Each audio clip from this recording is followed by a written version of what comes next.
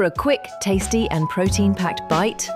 Today we're whipping up a high-protein sandwich loaded with soya chunks, juicy paneer cubes, crisp onions and a burst of daisy flavour.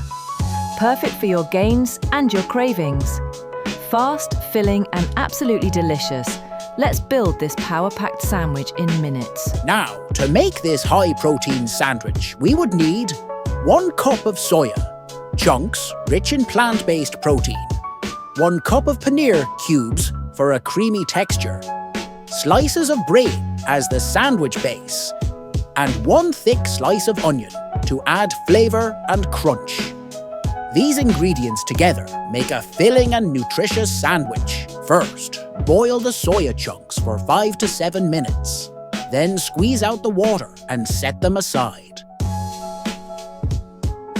Grind all the ingredients together into a smooth mixture.